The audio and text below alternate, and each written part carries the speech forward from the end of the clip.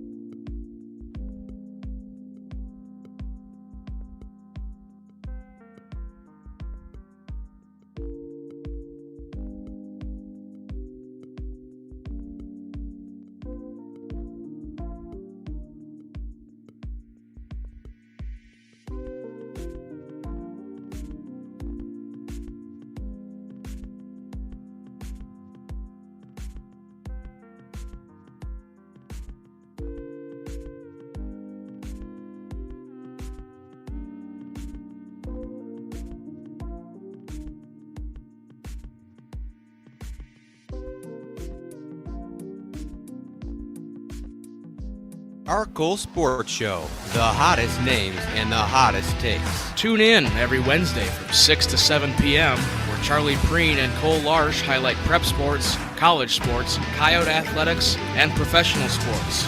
We would love to hear your questions for us, too. The phone lines are always open.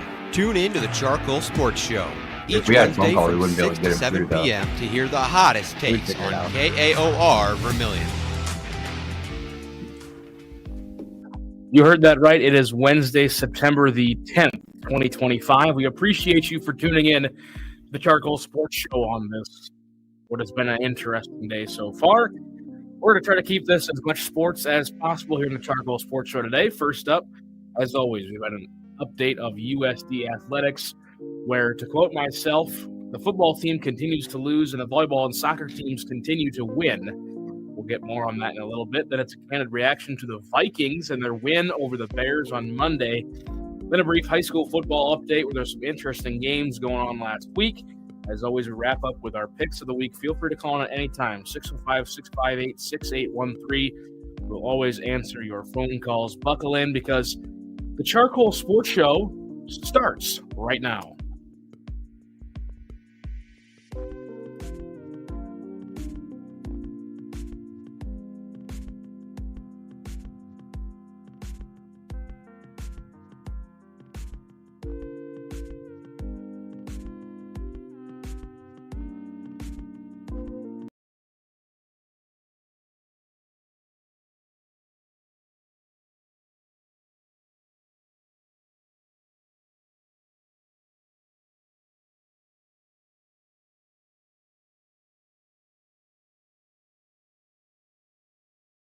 And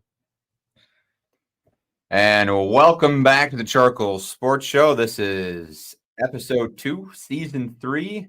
And as always, we're live on our YouTube channel as well as the KAOR airwaves on 91.1 Vermilion FM. 9 a.m. Cole. Nice to be on the FM airwaves this year. But anyways, so we are back in the saddle for our second episode of the year. Excited to talk a little bit more about the NFL last week. After the show last week, I looked at Cole on the way out of here. I said, if we wanted to, we could have made that a 4-hour show. If we wanted to go into depth about certain topics we touched on, amongst other things that kind of came up throughout the show. So much going on, so much to talk about. And we're happy to be in the studio today. The KAOR studio here in Vermilion. Cole, you mentioned it a little bit in the intro. Kind of been a weird day, specifically in the United States. Kind of a weird day.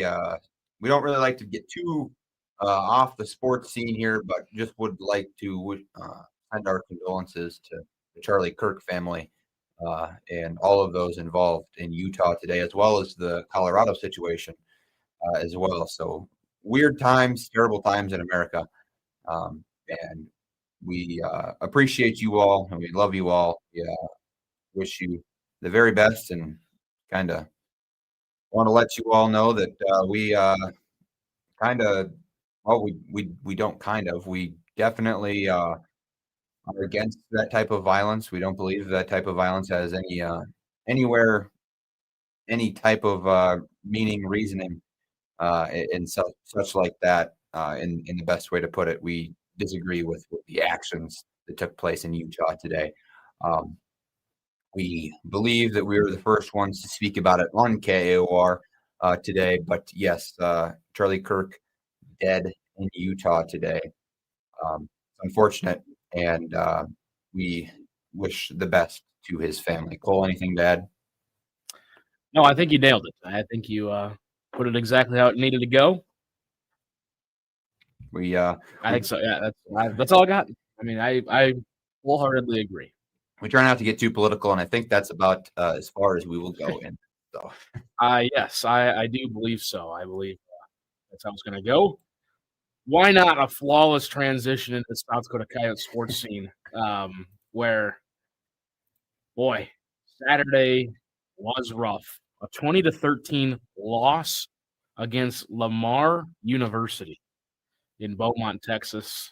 The South Dakota Coyotes have not won in the state of Texas since in over 100 years. Yes. So just one of those games where nothing went right, except for the first couple of drives. Like you said, you see it on your screen right now, 10 points in the first quarter. It was rough. For sure. And a lot of big question marks that I think through every like press conference or questionnaire I've seen so far, my questions really haven't been answered, which is interesting.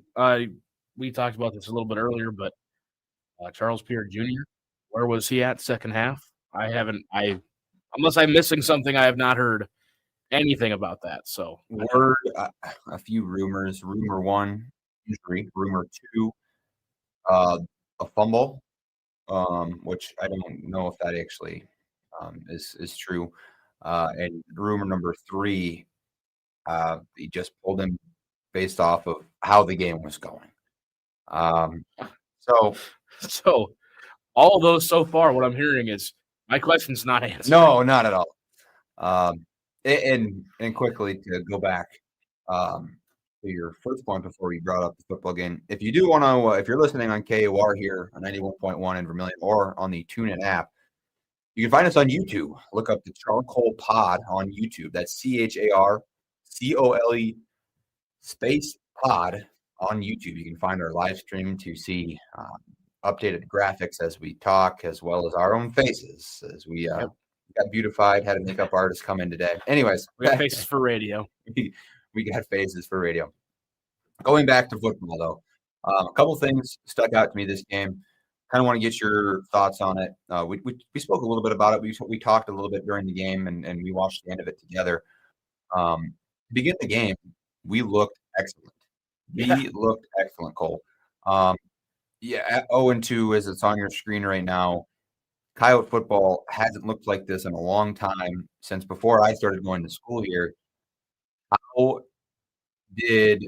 How did things fall apart? And my question for you, question number one, is how do you feel about Aiden Bauman, specifically in quarters 2 through 4? Well, it just seems like he hasn't hit a groove. I know it's early in the year, and he had a blowout against Iowa State. So I mean, it's hard to get a groove in a game where you come back home, you have really no receivers yet that you're quite familiar with in game scenarios, and you lose by 50 points. So, I mean, that really doesn't help you either. But it just seemed like there's been a lot of I don't even want to say like bad throws, but like just miscues that we haven't seen from him in years. I don't know. It's an interesting scenario because it just seems like you take those first drives, and like, okay, yep, here we go. Lamar is right back. Okay, it's going to be a back and forth gunfight kind of game. Let's just keep on moving the ball. Let's keep on scoring, and then it just nothing happened after that. And then your defense gave you a lot of chances. The defense, Lamar scored some solid drives. And then all of a sudden, like we're just like, okay, our defense gave us the ball back, and we're in position, and we went nowhere.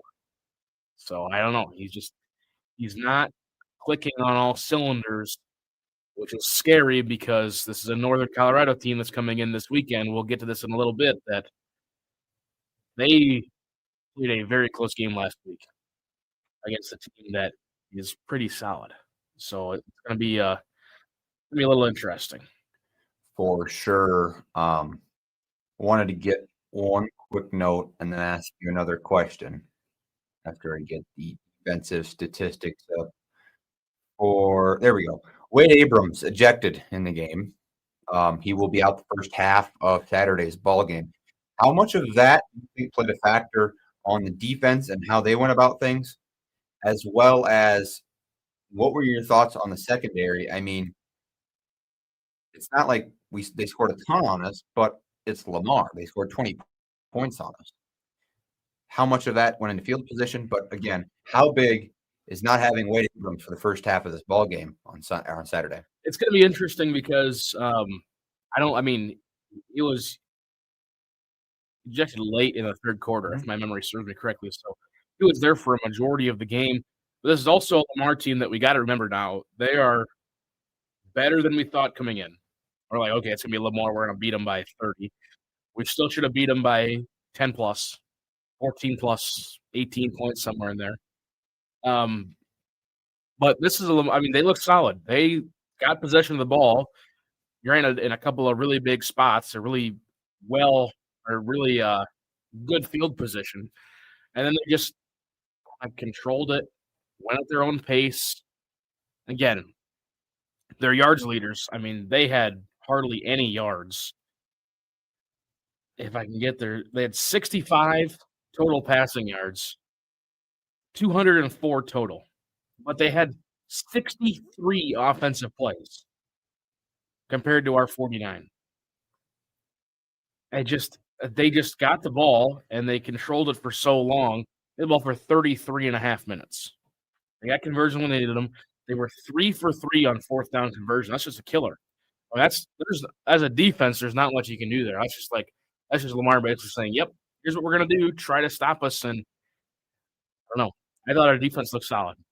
I just think the biggest question marks right now is our offense, which is crazy because we have the best returning running back in the Missouri Valley Conference, and he wasn't playing. He didn't play a snap in the second half. I wish I could get the graphic up, but I will walk you through it. Aiden Bauman, 10 for 21, 108 yards, 1 touchdown, 1 interception, and a long of 21. So 1/5 of his yards came on 1 play and took 1 sack in the ball game. I don't want to be that guy. I don't want this into ESPN morning show. But if the third quarter rolls along on Saturday and we're down more than 3 scores to Northern Colorado, who do we see at quarterback at the It's still bad. after the half. It's got to be. You don't want to have that conversation yet? No, can we not have that conversation yet? Or where are we? How far are we away from having that conversation? I'll pull up the 3 deep here in a second, just to kind of give folks listening an idea of what that looks Well, like. Cremascoli is second, So we'd see Nevin. if I remember correctly. I have to go back and actually look, but I would imagine that's who we. I mean, it's still too early. I'm looking here. He's But got a you new have receiving. the conversation. I know you have to. You got a new receiving core, a semi-new, pretty much all new offensive lines. I got on the YouTube stream their total stats for everybody offensively for both teams. I don't think you can quite. I don't know if you can quite have that conversation yet. I don't know. It does say on the two deep that the backup is Nevin Cremascoli. Yep. Nevin, a junior now, has not started a game in his career. You're saying that in no circumstance ever we couldn't give Nevin a chance back there? Now, do we need to throw the ball and be effective? Yes, but do we need to fling it out West Coast offense? There's a difference between what we're trying to do. We got to remember this now. This is the same backup quarterback that when Bauman got rocked and had to miss a play, fumbled the snap at SDSU, which ended up backing our field goal about 6 yards, and we missed the field goal to win the game. Yeah. So, again, younger guy, hasn't really played much. He's been more of a running type of guy. Right. I don't know. I just don't think – I don't – I mean, and, of course, I'm going to pull up a couple chats here while we got a chance as well as we go on to stream on the YouTube side of things. You can call in. Give us your thoughts, 605-658-6813, or just put it in the YouTube chat. I'll pull it up on the stream. I just don't think we can have that conversation yet. Here's the deal. There's a difference if, say, we're down, let's just throw out a number, call it 21 points a half, okay? How's our offense looked? Has it been all 3 and outs? Has it been our run plays getting blown up and we're passing on 3rd and 15? Or has it been penalties? Or has it been penalties backing us up? Turnovers? Or has it been missed passes? There's a big difference between 11 missed passes, Cole. What does 4 more completed passes in that game look like? It's night and day. But there wasn't. You can't call all 11 missed passes. Right. One of the interceptions also was not his fault. His interception was tipped by the receiver and just fell into the breadbasket. So it's one of those deals where maybe the ball's not rolling on our side. It's just, I don't think you can have that conversation. If he's thrown 4 pick sixes in the first half, sure. But that's not going to happen. Okay, so he's going to show some poise. He's going to go back into the Dakota Dome. He's at home too. At home, right? Not in the white uniform. Shout out Northern Colorado for that, ruining the white out. Which, anyway, yeah, I don't think we can have that conversation. I just don't think so. Now, what? Okay, if we lose by 30 points next Wednesday, I'll be all for it. So that's 0-3. You're not making. So that's where you draw the line. That was my question. Where do you draw the line to at least have the conversation? A bad loss this week, absolutely. But if it's a bad loss because of the defense, which I don't think we're really going to see, because so far our defense looks solid. Yes. I mean, besides the defensive backs, if the defensive backs, as they see more real reps, it'll be different. Again, it's a brand new team this year, for a majority of a lot of young guys, a lot of transfers. Anyway. But if it's a bad loss because the offense could not get anywhere this week, absolutely. Because 0-3, you're not making the playoffs. No. I don't care. But here's the deal: if you go 0-3 and sweep the Valley, which is not going to, I mean, if that happens, I will. Whatever. You're not going to lose to Lamar and Northern Colorado and then sweep the Valley. Anyway, I want folks watching. Or listening and watching to make note of this. Does Nevin Cremascoli get a few Wildcat / snaps in general on Saturday? Because I believe his snap count was 0. It would say that he had a snap on the official box score.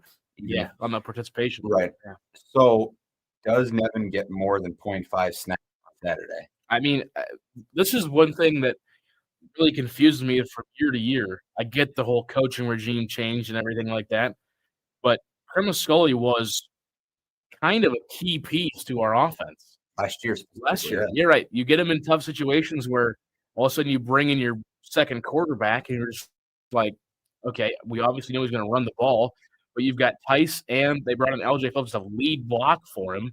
Like you're averaging 4 yards a carry at one point. And then we get to this year and he's seen the field. Now,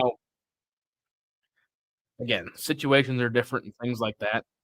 But I just don't see how from year to year he goes from getting 2 or 3 rushes a game in like the wildcat formation, or I mean, not a true wildcat, but you get what I mean, a more running quarterback to now he's just not a part of this offense. I don't know. I mean, There's a few things we could break down with this. well, of course. And how much of it has to do with, is it first year offensive coordinator? Because I know Vitsum's the co-offensive coordinator.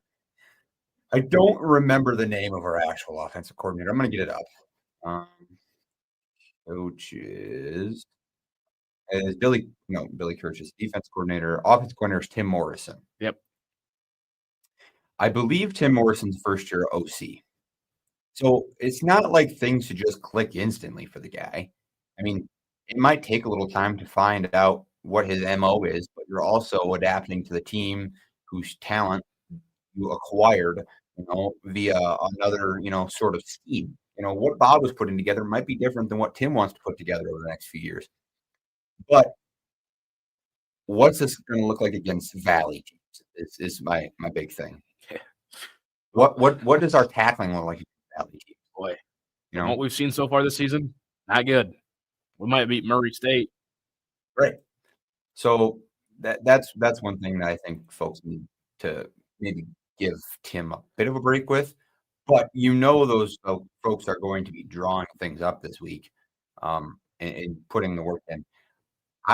We live next to the Dakota Dome. For those who, I guess, want to find our house, doxed us. We live next to the Dakota Dome, and I don't think I have seen. We have players that live in our complex as well. I don't think I've seen their vehicles at our facility. They've been over at the dome and their facility all week. Yeah, I mean all week, and I'm not exaggerating. This morning, I watched Adrian Hawkins walk over to the dome.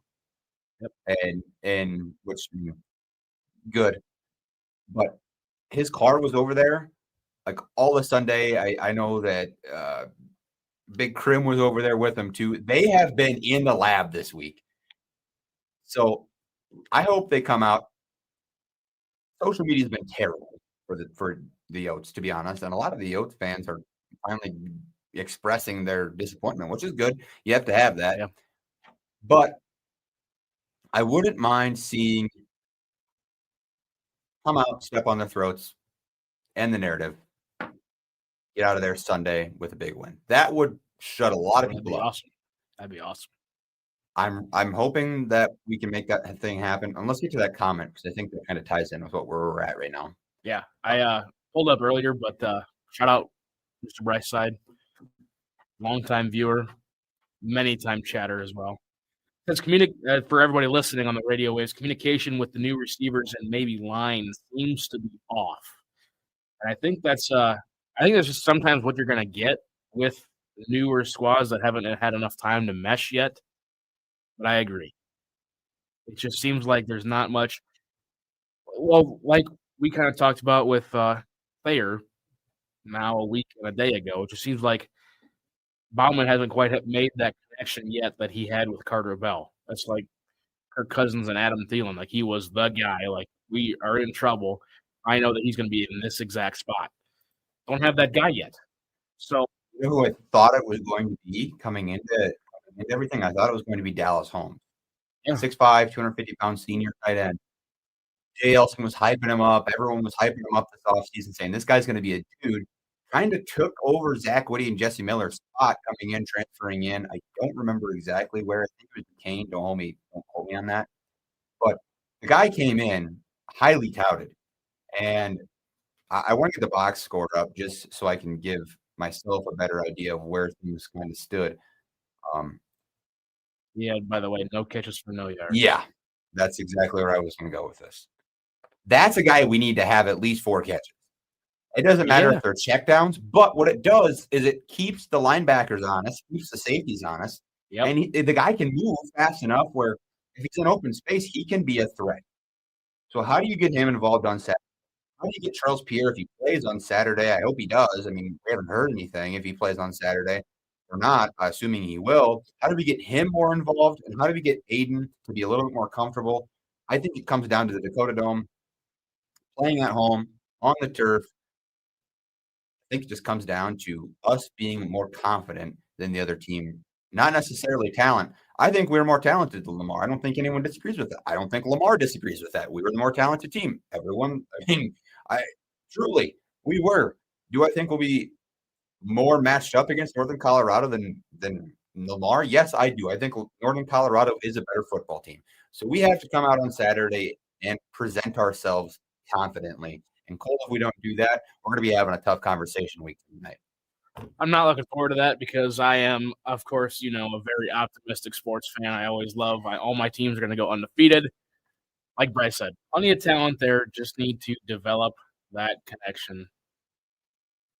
Oh, what a pass. The football team plays Northern Colorado on Saturday, 1 o'clock. Midco Sports, white out. If you're going to attend, wear your white. USD volleyball afterwards as well.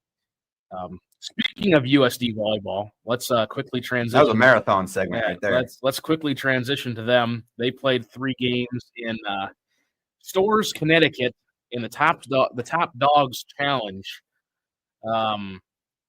They lost to UConn 3-1. Tough match. I got off to a little bit of a slow start. Colgate had a couple of big comeback sets there, 3-1. And Ball State you want to talk about, I'm going to quote our friends, the Howling Podcast, an absolute domination. That was an absolute domination. So they currently sit 4-2 with their official record overall. Big weekend for them as well inside the Dakota Dome. They are hosting the Coyote Invitational Thursday, Friday, and Saturday. Thursday, they're going to host Green Bay at 7 o'clock. Will that game be here on the radio waves? I'm assuming so. I can't see why not. Military, first responders, and healthcare appreciation night. Again, that's tomorrow, 7 o'clock again, the anniversary of 9/11. Right before that game, Kansas and Florida Gulf Coast will take on at 4 o'clock. Then Kansas plays Green Bay at 4 o'clock on Friday. Again, it's basically just a 4-team round robin. And then USD will host Florida Gulf Coast on Friday at 7 o'clock inside the Sanford Couch Sports Center. Then on Saturday, Green Bay and Florida Gulf Coast will play each other 10 a.m. Myself will be the public address announcer for that game, so I get to be in the arena at about 9:30 in the morning. It's going to be a marathon day for myself. And then Saturday afternoon, 5 p.m., hosting number 17 Kansas. Whiteout, unveiling the championship banner from last season. Going to be a big game. This volleyball squad, I got complimented last night.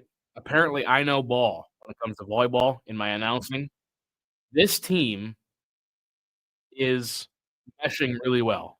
See, that's what early in the year as it is. For as early in the year as we are with the players that we brought in, I think is what's nice, especially in the time that we are with the transfer portal and what we have on the court.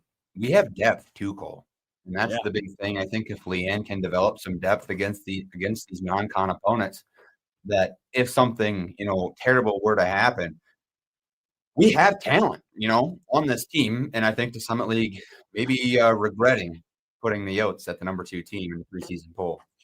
I agree. I think this is going to be a dangerous team. And of course, the Summit League schedule, that was going to be fun too. Once it starts rolling in, I think they start first week of October. North Dakota, September 25th. Oh, the week before D-Days. There we go. So, that's how the volleyball team's been doing so far. As I said in our intro, our football team keeps on taking losses, but our women's team keep on winning. The soccer team took on – that's not the picture I wanted. There we go. Central Michigan on Ooh, what day was Sunday. that? Yeah, Sunday early morning. They got the win 1-0 over Central Michigan. Scored late in that first half, went scoreless in the rest of the second half. They moved to 4-1-2 on the season. Central Michigan, that was a game that you needed to win. They have yet to score a goal this season. Finding a way to win is Correct. what makes good teams good. And it was a bit of an altered starting lineup than what we normally see from the Yotes. You could tell that they knew that this is going to be a good game to get a lot of new faces out there, try to build a little bit of camaraderie against some people that are maybe usually substitutes coming off the bench. Get them a start, and that's exactly what they did. They took care of business. Once they got that first goal, I mean, every time they substituted, it was like a hockey line change. You're bringing 5 in and 5 off. Yeah, real barn burner it was. Yes, it was. White out with the white jerseys, never forget. Yeah. I wish. Shout out Northern Colorado for that. USD Sports Update. Almost record time. Again, big weekend. Soccer plays Thursday against Northern Colorado. And then The whole schedule up for I don't believe they play Sunday, do they? I can get that up in just a moment. Turn my headphones up a little bit, Larsch, by the way. Yeah. Thanks. Boy, we are getting deaf. That knob's cranked up to 8. Is it really? Yeah. Well, my bad. I'll talk a little closer to the mic. No, you're good. Okay. Still got a little ways to go. They play Sunday at Creighton.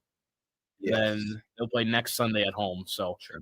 Thursday against Northern Colorado, 6 o'clock. Myself will be on the call on that one on the Summit League Network. In case anybody out there wants to endure my. You're not going to go to volleyball? I was assigned to soccer. Oh, man. I go where I'm assigned. Trust me. Yeah. Well, I'll be going to that volleyball game. Yeah, I'll gladly announce my soccer game and then likely head right over to the. Well, I'm CSC. going to take photos for the vlog, and then I'm going to stay for the whole thing. We'll see. But we got a bang football tomorrow night in the NFL. Yeah, Packers commies. Should be good. That'd be a big Cole. one. Yes, sir.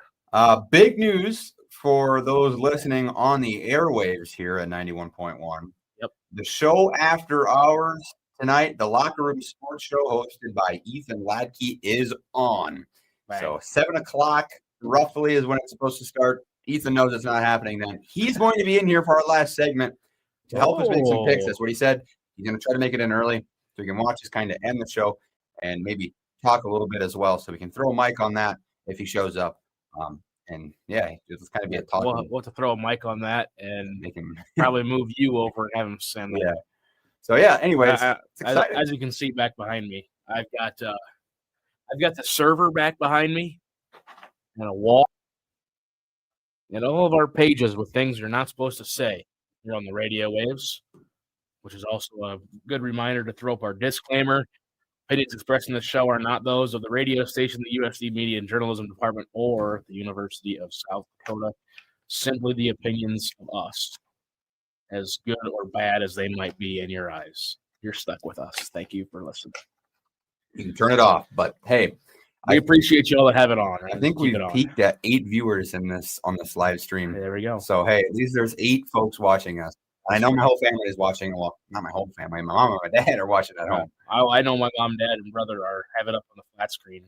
We're averaging. So we're averaging at least 2.1 viewers. Two viewers per screen. Yeah, that's sweet. All right, Cole. Should we move on to? I think we should. A segment where, you know how like last year, Cole, when I said, "Hey, I think the Vikes are going to win this week," I took them. And then every week that I took them, they won. Yep. And then the one week I'm like, I don't know. I don't think I'm going to. They lost. And then I tried to go back and I screwed it all up. So now I'm sticking with my guns. Preview pick for my last pick of the week when Ethan gets here. But the Vikes find a way, Cole. And before we came to this very studio, I watched 22 and a half minutes of a guy who took the ESPN footage and threw Paul Allen over the highlights of the game I saw that tweet. I watched it. the I haven't entire watched thing. it yet. I have not watched it yet. It's like 720p. Don't care. Probably 25, 30 frames a second. Yeah, who cares? But You're there for the audio. it was awesome. I watched the entire thing, listened to Pete Bursich, Paul Allen on the call on KFAN, Minneapolis, St. Paul. And wow. What a treat to listen to Paul. I mean, Aikman and Buck did a good job. They're always going to be a little bit biased towards the other team is playing the Vikings. They would prefer if it was Rodgers and the Packers, but they did good. But I just love listening. I think honestly they did. I think that's the best I've heard them in a while. Well, Cole made a point to me. For those of you that didn't watch, the Vikings got the ball back with 2:02 left. We're going to break down this game in a minute, but I just want to bring up one point, giving props to Aikman, and Cole made the point of it as well. With 2:02 left, the Vikings were to get the ball back. The Bears were about to kick it off, and Aikman makes the point that says, "Hey, the Bears need to either kick this thing out of bounds, take the penalty, or kick it out of the back of the end zone. If you give this guy a chance to return, it was supposed to be Miles Price, but they kicked it to the opposite side to Ty Chandler. Well, turns out that Ben Johnson told Cairo Santos to kick it out of the back of the end zone, and he just could not.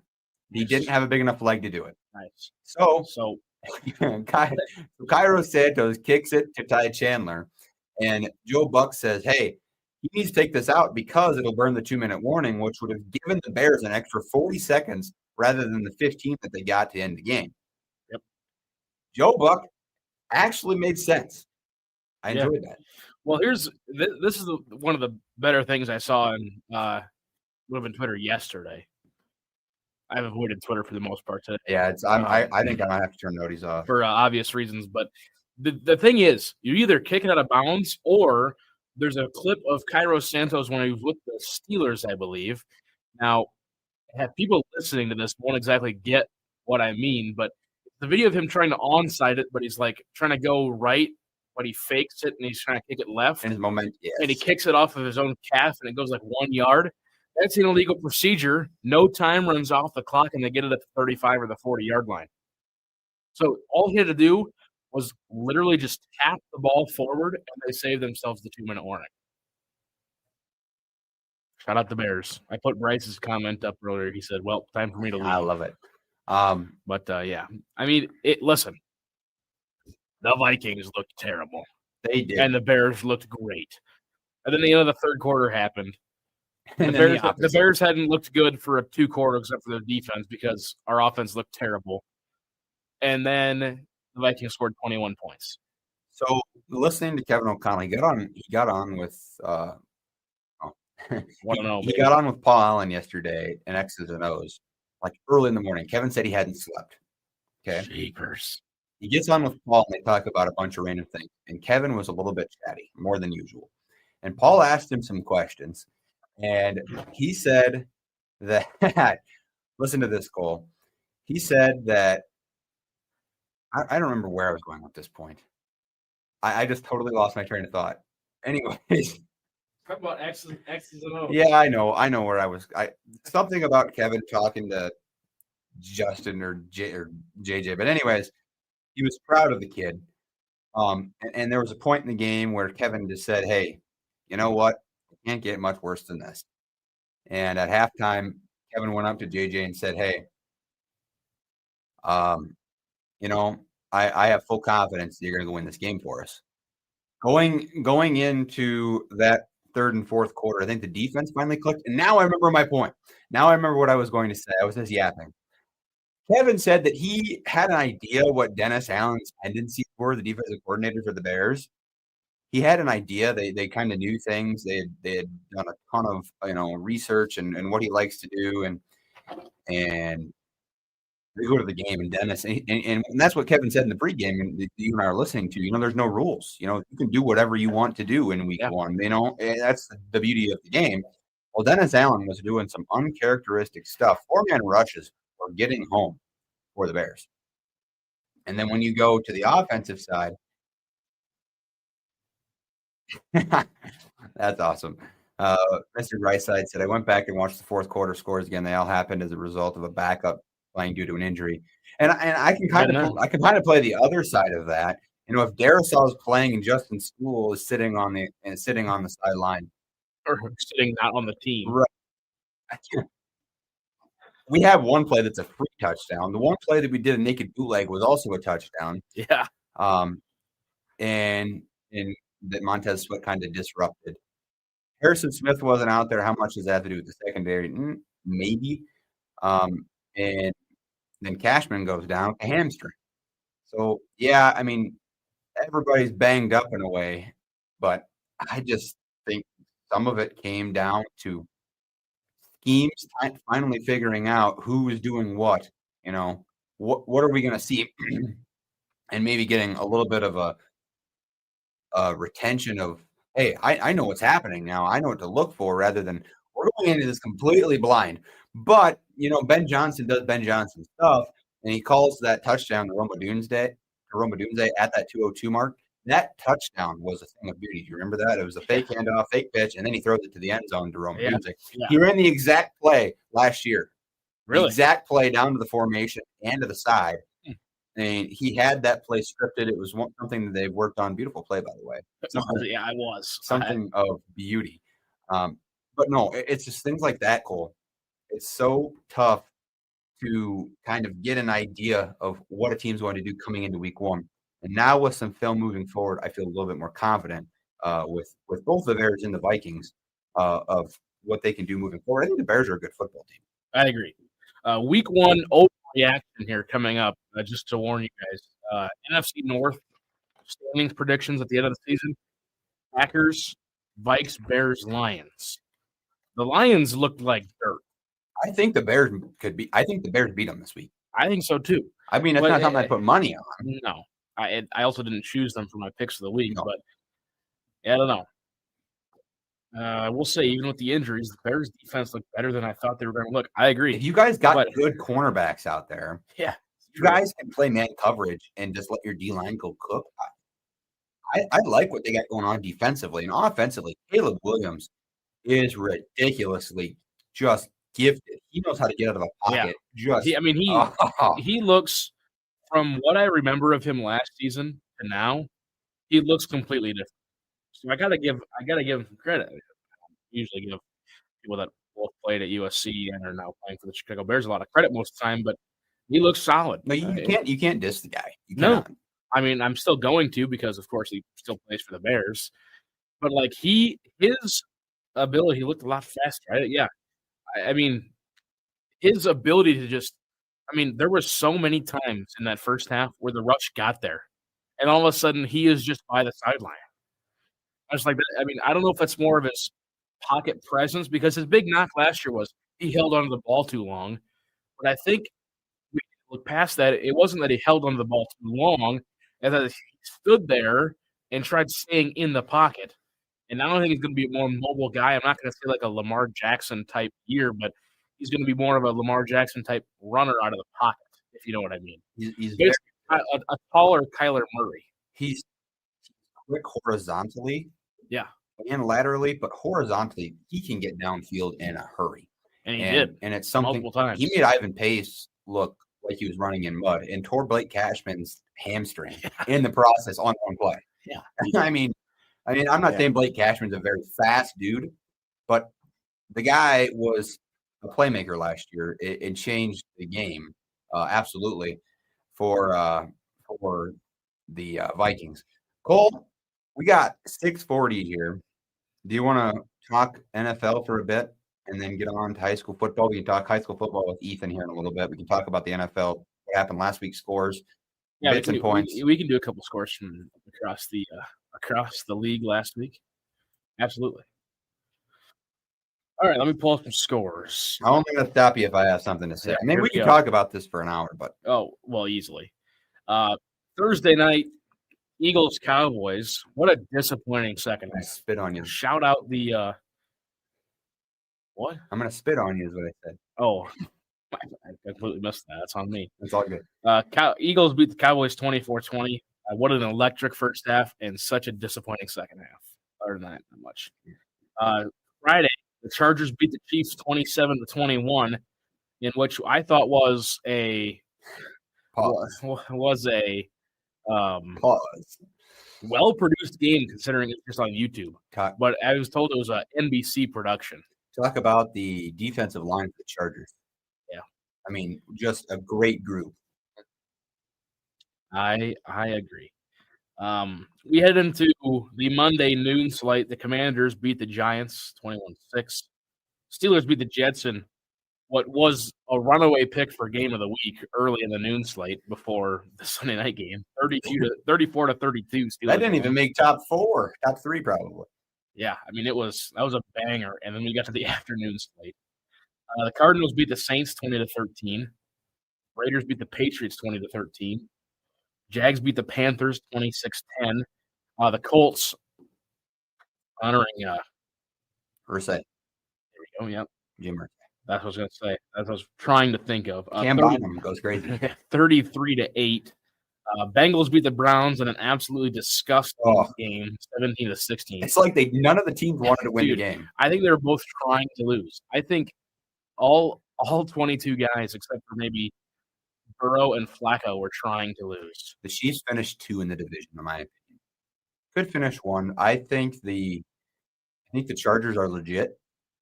And getting past the Chiefs already is big. But if you look at the Chargers schedule. Here's the deal. That game for the Chargers counts as a road division win. That's screwed up. Yeah, we can't be doing that. No, the Arrowhead is so tough too. I am all for the Chargers playing the Chiefs, but you cannot count that game as if they were playing an Arrowhead. I mean, what are we doing on that side of things? I know we don't have a lot of time. It was a very entertaining game, but I know we don't have a lot of time. I want to do something really quick. What's that? Okay, I'm going to talk about the rest of the count on your fingers here. Okay. Chargers schedule the rest of the year. Okay. They play the Raiders. Win. Broncos. Close one. I chalk that up to a loss. Yeah. Giants.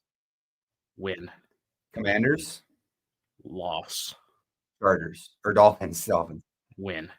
Colts. Win. Vikings. Win.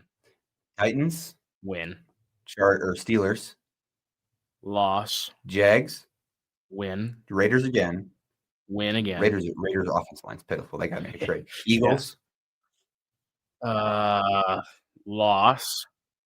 Chiefs again. At home. Win. Cowboys. Win. Texans. Win. Broncos. Did I have them winning the first one? So loss. So I got them 12-5. Yeah. Yep. Yeah, I think that's good because I think you split. I think you split against the Chiefs. So they win that division. No, you don't. No, you don't split against. You split against the Broncos. Split against the Broncos. You beat the Raiders twice. You beat the Raiders twice, and you technically won the first conference matchup against the Chiefs. You beat them the second time. I think they beat the Chiefs twice. I think so too. Anyways, that's the Chiefs. Danny Dimes are not bringing the Colts to the playoffs. KFAN is very high on the Chargers this year, by the way. Very high on the Chargers. Well, yeah. And the Rams, weirdly enough. Both LA teams. Cole. Yeah, interesting. Should we continue? Yes, we shall. Down on the list. Bucks beat the Falcons 23-20. Honestly, a fun game to watch. It was. Niners beat the Seahawks 17-13. Back and forth. I knew it was going to be close. What do you call it? A rock fight. Yeah, right. Broncos beat the Titans 20-12. Another point, we don't have nearly enough time to get into this. Cam Ward looked good. Why do you not kick a field goal to go up 11? Why? It doesn't make sense. Let's heave a Hail Mary ball with a minute and a half left in the game. Or no, it was like 3 minutes because then they got the ball back on the 3 and out and they just kneeled it. What are you, Sean Payton? Oh my, Sean Payton's an idiot. Is there any other reason you needed to go up 11, Cole? No. Oh, that was just bad. Yeah, I already had the 7.5. I was good. But listen, why do you not kick that field goal? There's no analytical approach that says on 4th and 12 from the 30-yard line, let's heave it to the end zone. Anyway, Packers beat the Lions 27-13. Lions looked bad. Packers looked really good. Dan Campbell may not beat the allegations this year. And then the Bills beat the Ravens 41-40. Bills were down 15 with 6 minutes left. Game of the year right now. I agree. So far. And then Monday, Vikings beat the Bears 27-24. number 2 on the list. Cole, I don't think that's quickly. number 2 in the games of the week. Number 3 then? I think it's 3. Okay. I think it's Bills, Steelers, Jets. Bills, Steelers, Jets, and the Vikings. Okay. Cole, quickly this week. NFL.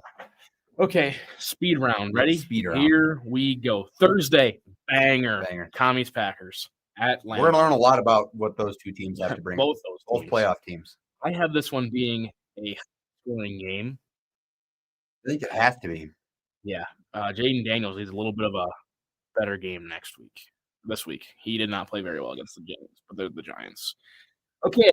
Noon slate, Sunday. Browns, Ravens. Ravens by a mile. Jags, Bengals at Cincy. I don't know. I think Bengals are 2-0. Giants, Cowboys. The Giants will beat them by 2 touchdowns. We need to get a button that sounds like. I'm sure we've got one on here. Bears, Lions. Detroit is favored by 6 points. I don't like that. I like the Bears. At least by, I mean, take the +6. That's what I'm thinking. Patriots, Dolphins. See, people were high on the Dolphins after last week. Really? And they're high on the Patriots all year. Yeah. I don't know. Niners, Saints. Niners are somehow only favored by 3 points. The Saints looked terrible. Bills, Jets. Mafia by a mile. Seahawks, Steelers. This one is a sneaky pick for game of the week. For sure. That Seahawks squad is 2 plays away from beating the Niners. Those are a really good game to watch last week. Rams, Titans going to be terrible. Panthers, Cardinals, also terrible. We're now on the 3:05 slate. Broncos, Colts at 3:05. I'd watch that. That would be a solid one. Yep. And then Eagles, Chiefs, 3:25. I'd watch that. Only 3 afternoon games. The Sunday night game, Falcons at Vikings. Vikings -3.5. Morgan and I had an in-depth conversation about if we wanted to go to this game. Yeah. We debated it, and we decided on not going. There you go. And then the Monday night doubleheader at 6 o'clock local time kickoff. Bucks, Texans. At 9 o'clock local kickoff, Chargers, Raiders. We're going to get our fix on Monday. Dude. Why is that game starting at 9 o'clock? That's so brutal. That game's going to get done at midnight local time. Past midnight local time. Yeah. Yeah. Close. Yeah. I'm staying up. Tuesday, I got my first class at well, actually, I don't have classes on Tuesday. So we're staying up to watch that, unless it sucks. I don't know about that. All right. Move on to high school? Yeah, why don't we? Let's get Ethan in here. Ethan, can you hear me? There he is. He's been waiting in the wings. You throw a mic on there. Yeah, there you go. I'll let you guys work out how you want to do that. Do that there. Yeah. I mean, we got nice, as you can see on mine here. I'm gonna come over here. You should. I'll zoom in my end here as we get to the high school football. I don't need a microphone. I'll even turn it on for you. There you go. Your mic's hot. Awesome. Don't say anything you can't on the radio waves. Keep it on you for a second here. That's what I'm planning on as I transition into high school again. Here, for a brief. Oh, that's the microphone that has it's taken its blue pill. All right. I think we can work with that. Just hold it with your left hand. They're not going to be able to see it. You guys ready to rock over there? So, yeah. There we go. Look at that. What a show. You talk a little closer to the mic there. Transition into the 7 o'clock hour. High school sports very quickly. Not a lot of movement here on the media polls. I'm just going to kind of run through them. Lincoln still number 1 at AAA. Literally no movement over there. Double A is interesting because Prien got upset by Hurons. Wait, to the number 4, which I mean, and now Huron that's like I don't even know how to put that into. That's like Cologne beating Avon. Yes, or Cologne beating Wall. I'd say that's probably the equivalent there. Yeah, Huron's solid, but Prien just might not have it, and Prier's gonna have a tough test again this week, if I remember correctly. Class 11A, still no change. I guess Del Rapids did get upset by Madison, but they moved down once. You did call that one, which irks me because I had it the other way. 11B, Elk Point and Jefferson, still number 1 over there. Which I don't know how you voted, But South Point Jefferson won. You did? Yeah. See, I don't know about that. I don't know. Here's the deal. They didn't lose. Right. And they fumbled 3 times in that fair. game against MVP, or 2 or 3, if I recall correctly from my insider info. So I still had him number 1. Wagner still at 2. St. Thomas More still at 3. Winner 4. Sioux Valley 5. Winner plays South Point and Jefferson this week in Winner. That'll be an interesting one. Absolutely. One thing of note, I think Mobridge Pollock might be a contender to get in the semis this year, Cole. Really? Yes. Interesting. Didn't you pick against them last week? I did. Stop. Okay. And then they got they 50'd Miller. Isn't that crazy, man? I've never had that happen to me. That's insane. That is insane. Freeman Marion Freeman Academy bumps up to number 1 in Class 9 AA as they defeated Elkton Lake Benton decently handily by a couple of touchdowns. And they still get a first place vote. Is that you? Which no, I have voted Hamlin every week. I think Hamlin's legit. I think so too. Other than that, really no change. 9A, Wall with 24 first place votes, Warner with 1 first place vote. I wonder who that idiot that keeps voting for Warner is. I don't think Wall's legit. Look, we went through their schedule a little bit ago, yesterday. Maybe you texted me about it. Yes, I texted you late last night. They play. Or was it 2 nights ago? Wall plays nobody. I mean, nobody. It's the worst schedule in all the classes. That is the easiest schedule throughout the all 7 classes. Why don't they give them at least one? And I will debate a Wall. Monday doubleheaders, thumbs down. Yep, I agree, Bryce. Can Vermilion win the rest of their home games like they did on Friday? You won't see that kind of game the rest of the year, Bryce. I apologize for that. It was a 55-0 win over Lakota Tech. If you know, you know. See what Joey has to say about it tomorrow. I should. I don't have a class with him. You should. I do. I'll ask him. Class 9B, Sully Buttes 1, Avon 2, St. Mary's 3. I think I had Avon. Where do you have St. Mary's at in yours? They look right here. I went Avon 1, Sully 2, St. Mary's 3, Alton 4, Harriet 5. I like St. Mary's more than I like Avon right now.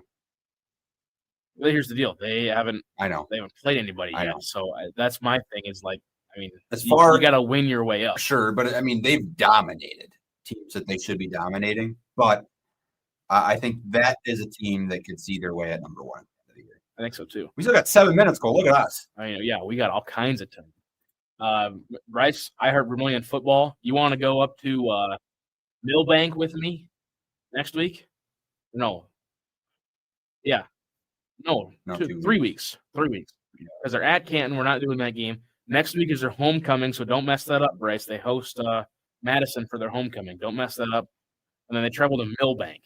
It's a 3-hour drive from right here. It'll be a 6-hour round trip. It's terrible. Yeah, that's pretty much the entire high school. Cole. Chuck? I think we should. We've got time. What are you thinking? I think we should get to our last segment and just see what this Ethan says about our picks from last week and then our picks this week. Bryce, I do need a producer. Actually, that's why I'm asking. Get the graphic up. Here we go. Bang! Look at that. There's our standings. Those actually are not correct. I am actually 3-3. I just did not have the time to change that. I went 3-3 last week. Yeah, Charlie went 4-2. Here's our actual picks. That Miller pick should count as 2 losses. That was bad. It should. You should have went. You should have went 4-3 last week. I had Lincoln Overall Gorman in high school. Del Rapids, of course, got upset by Madison. I counted both of our Iowa State games as wins because when we took them, it was 3.5. They closed at 2.5. So I was like, you know what, whatever. And at Montana State, I said the not true line, the projected line was 9. They only got 3.5, and they lost by 6. Or they lost by 7. No, 8. Sure. I remember watching the end. I don't remember the score. Because they scored a touchdown, and they had to score the 2-point, and they did. And they got the Chargers and the Packers correct. So, solid start for me, 500.